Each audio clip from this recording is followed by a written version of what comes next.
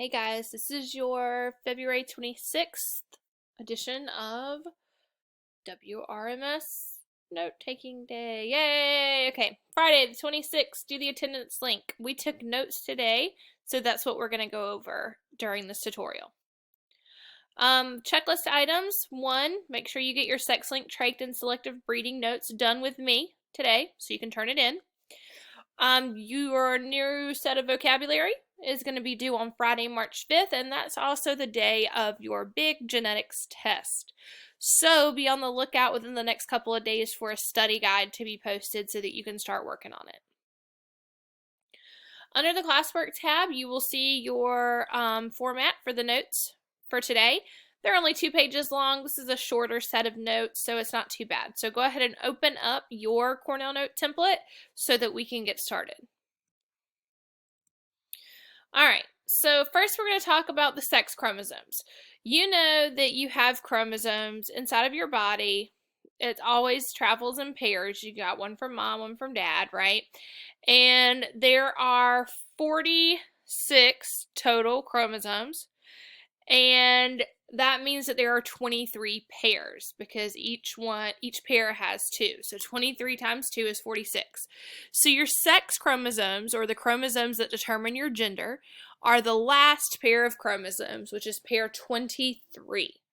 Okay, so your sex chromosomes are going to be the ones that carry the genes that determine your gender, so whether you're male or female, and they also carry other genes that can determine other traits as well. You see here in this picture that if you have chromosome combination XX, that codes for a female, but if you have chromosome combination XY, that codes for a male. So this is how you figure out whether it's going to be a boy or a girl. Eggs, which come from females, right? Eggs are the female sex cell. Eggs can only carry X chromosomes. So females can only offer an X. So no matter what, there's going to be one X offered. It's going to be from the female. But the male has sperm, and those sperm can carry either an X or a Y. So, for example, if you have an egg produced by mom, has an X chromosome, if it gets fertilized with a sperm cell that's also carrying an X, you have the genotype XX, which makes a female. If you have the egg from mom, which has to carry an X, fertilized by a sperm cell that carries a Y, then you now have a boy because you have the genotype XY. All right? Therefore, it's the father or the male in the situation that always determines the gender of the baby, because females can only offer X's, but males have sperm that'll either be X or Y. So it depends on which one of those sperm fertilizes the egg in order to know the gender of whether it'll be a boy or a girl. With that being said, there are sex-linked genes, or genes that are determined or experienced more often by specific genders, okay? So genes that are on the X and Y chromosome are called sex-linked genes because their alleles are passed down from parent to child on a sex chromosome. So if the gene gets passed down on an X or Y chromosome, then it's considered a sex-linked gene. The traits that are controlled by sex-linked genes are called sex-linked traits. So these are traits that are going to be influenced based off of the X or Y chromosome. Examples, like you see here, it shows the normal blood clotting and the inability to clot. That's hemophilia. So hemophilia is a sex-linked gene. Color blindness, which you see here, is also a sex-linked gene, and so is male and female pattern baldness. They're all sex-influenced traits. So why exactly do sex-linked traits happen? Well, it's because the X chromosome from the mother is bigger than the Y chromosome from the father. Okay, so remember how the chromosomes pair up. Mom only offers an X. Dad can offer a Y or an X. So if you compare the X that mom can give and a Y that dad can give, you can see that when they pair up, there's a section of the X chromosome that doesn't have a match, right? So if this is the Y chromosome, this is the X, you have all of these things that code for the same thing, but then here your X chromosome has a segment that doesn't even match up with the Y chromosome. And here is an actual visual of what they look like. Okay, so the shorter one is your Y chromosome. You'll notice it codes for the same exact genes down here at the bottom, the X and the Y do, but then the Y chromosome stops and the X chromosome keeps going. So because the Y chromosome is missing this section, you have this whole section of your X chromosome that contains sex-linked traits. So with sex-linked genes, when you look at a specific trait that is sex-linked, like colorblindness, we can talk about how this stuff gets passed down. So a person with red-green colorblindness can't distinguish between red and green. So it just looks like the same color to them. There's no difference in the color. Okay, now let's remember, I know I keep saying this, but remember that females have 2 X chromosomes and a male has an X and a Y chromosome. So let's look over here at this pedigree chart. The dad has XY, says he's not colorblind, so he has no infected chromosome here. Mom is XX because she's a female, and if it's circled, then that means it's the colorblind gene. So she is carrying a colorblind gene, right? She doesn't have it because she has another X to cover it up, but she carries it. So let's say mom and dad have 2 boys, right? Which means dad has to offer his Y each time to make it a boy, which means mom offers an X. Well, she offered her first son an unaffected X, so he wasn't colorblind, but she offered her second son a colorblind gene. So her son, because he received that gene from mom, was automatically colorblind because dad couldn't give an X to combat it. If he would have gave an X, it would have been a female, but he gave a Y, so it is a male. There wasn't a part on the Y chromosome that could match and cover up that part of the X chromosome that had the red-green colorblindness on it, so he automatically got the trait. For the daughter, dad gave an X, mom gave an unaffected X, and the other daughter, dad gave an X, and mom gave her affected X, just like here with the son.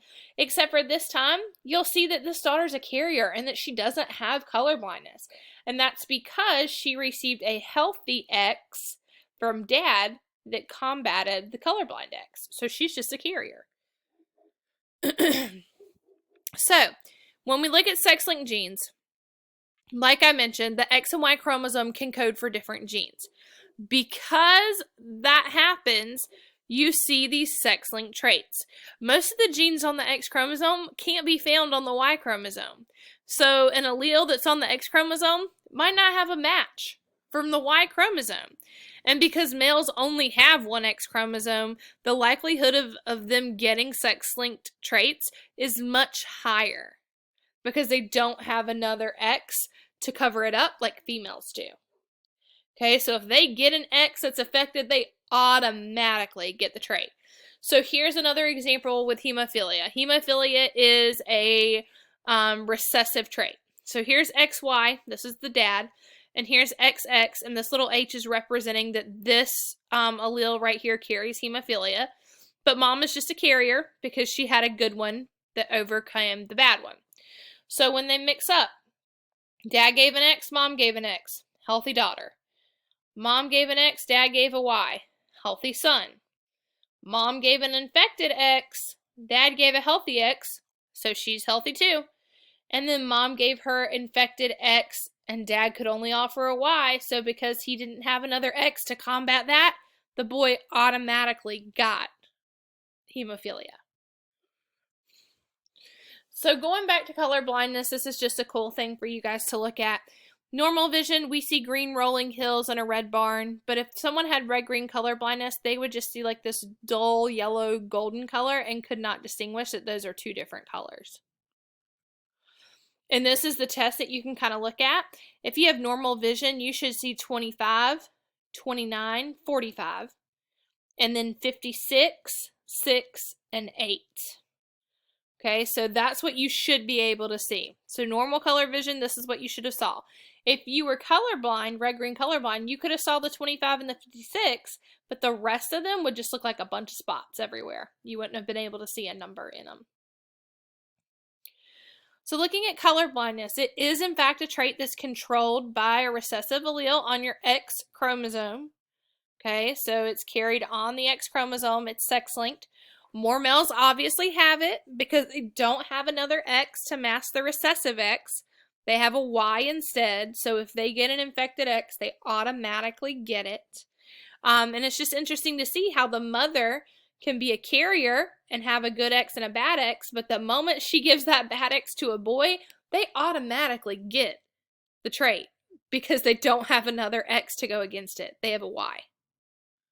All right, so that is why more males are impacted by sex-linked traits. So now let's talk about selective breeding.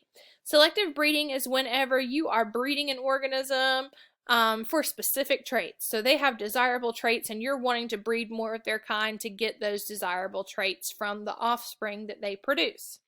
In today's world, a good example of selective breeding is actually being able to choose your child's gender whenever you have IVF. So if a woman cannot get pregnant, there's such thing as IVF, where they can extract an egg from the female body and then extract sperm from the male, and they put them together in a little dish like you see here in step 1, and then the eggs, 1 egg, 2 eggs, it doesn't matter, can accept a sperm, and then what happens is those cells start to multiply and start creating an embryo. It starts as a zygote and then turns into an embryo. And as it grows, you're able, or the doctors are able to tell the parents, okay, you have 6 viable chances here. 3 of them, the gender is female, and 3 of them are male. Which would you like to have? And the female or the male, they can talk and choose whether they'd rather have a boy or a girl, and whichever they choose, the doctor will implant inside the female's uterus for the baby to grow there.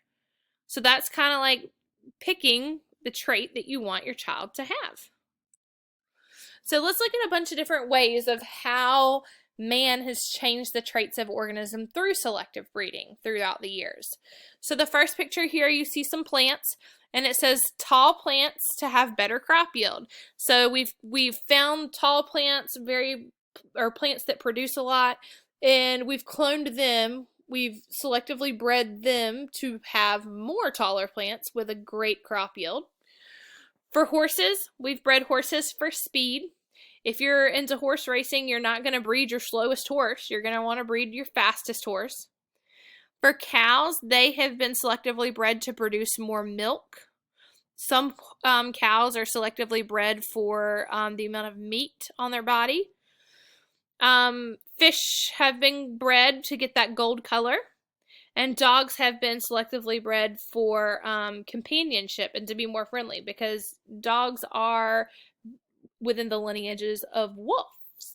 So wolves are not very friendly, but that is where they came from, and because we have selectively bred them for certain traits over decades, it's kind of changed what their characteristics and traits are. So looking at breeding the fish, if you wish to breed the prettiest guppies, how would you do it? Well, if these are what wild guppies look like, you would only select the one that was either the most colorful or the biggest tail or something extravagant about it, and you would breed those fish throughout generations to get those desirable traits so that it looks like this. And this is a selectively bred guppy. For dogs, dog breeders have been selectively breeding dogs for desirable traits for centuries. Okay, some dogs are bred for the shape of their ears. Some dogs are bred for their hunting ability, their friendliness, much more. So it started off as a wolf, and now we have so many different breeds like bulldogs and collies, and we have chihuahuas and dachshunds and all kinds of different dogs that are bred for specific traits. We even breed vegetables or crops. So farmers have cultivated many popular vegetables from wild mustard by artificially selecting for certain attributes. So for example, if you start with wild mustard like you see here, let's say we find a wild mustard plant that has really great terminal or end buds. Okay, so we're going to selectively breed for those buds, and over time that created cabbage. If you selectively bred for the lateral buds of a mustard plant, that would create Brussels sprouts. If you bred for the stems or the leaves, you got kale. Broccoli comes from the stems and flowers, and cauliflower came from the flower clusters. Okay, so you can even selectively breed vegetables to get other vegetables or desirable leaf structures or floret types. So why exactly do we selectively breed organisms? What's the purpose behind it? In nature, variation occurs naturally, but we select the variations of genes that we find most useful and helpful to us, and that's what we breed for. So when we selectively breed for certain traits, we select a gene that we feel like is most beneficial, and then we breed for that specific trait found on that gene. So for example, a farmer is only going to breed his best livestock with the best genes. It's not going to breed a cow who's not producing milk or a cow who can't gain weight. Okay, so there are different types of cows even for those things. So this type of cow was bred for red meat. You can see how he's super bulky and strong. And this cow is bred for more milk, so it produces lots of milk. Now, genetics plays such a huge role in all these different things, but we also have to consider environmental traits. So how exactly the environment can also impact our traits. So the effects of genes are often influenced by our environment, which is our surroundings, and a lot of our characteristics are a mixture or an interaction between our genetics and then the world that we live in, the things we choose to do, our environment, right? So here's your example. You got Jennifer and Karen here. They're twins, okay? Identical twins.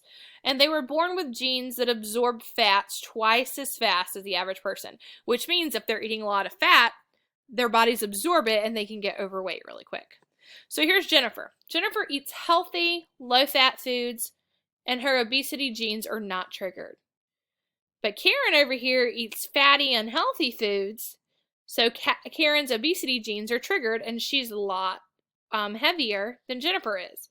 Okay, that's, yes, genetics. They have that gene to absorb fat quicker, but it doesn't have to necessarily show up unless you are choosing specific things in your life to activate it. So for example, Karen could have chosen to eat healthy and she would have been fine. But because she's choosing a poor diet, that's going to impact her traits. So here are a lot of different things that the environment does and has a role with your traits. The first is diet. So what you eat can affect how tall you grow. It can affect your weight. It can affect your cholesterol levels, your blood pressure, tons of different things. Okay? Yes, there are aspects of your genetic that can make you have high blood pressure. That's definitely genetic. Height is definitely genetic. But if you're not eating enough nutrients or you're not eating the types of things that you need in your diet, then that's going to impact that. Exercise. So how much you exercise, that's definitely going to impact your weight and your heart health. Smoking, drugs, alcohol, consumption of tobacco, any of those things can lead to cancer, weight changes, lessen brain functioning, and more. So that definitely impacts your traits, and that's not something you were born with. That's something you did based off of your environment. And then sun exposure. Too much sun can definitely impact your skin tone, the amount of freckles you have, and it can cause diseases like skin cancer. So that was stuff that's not necessarily inbred in your genetics, but the environment definitely had an impact on those traits for you. If you guys have any questions about the information covered in this presentation, please let us know and we'll be more than happy to help you.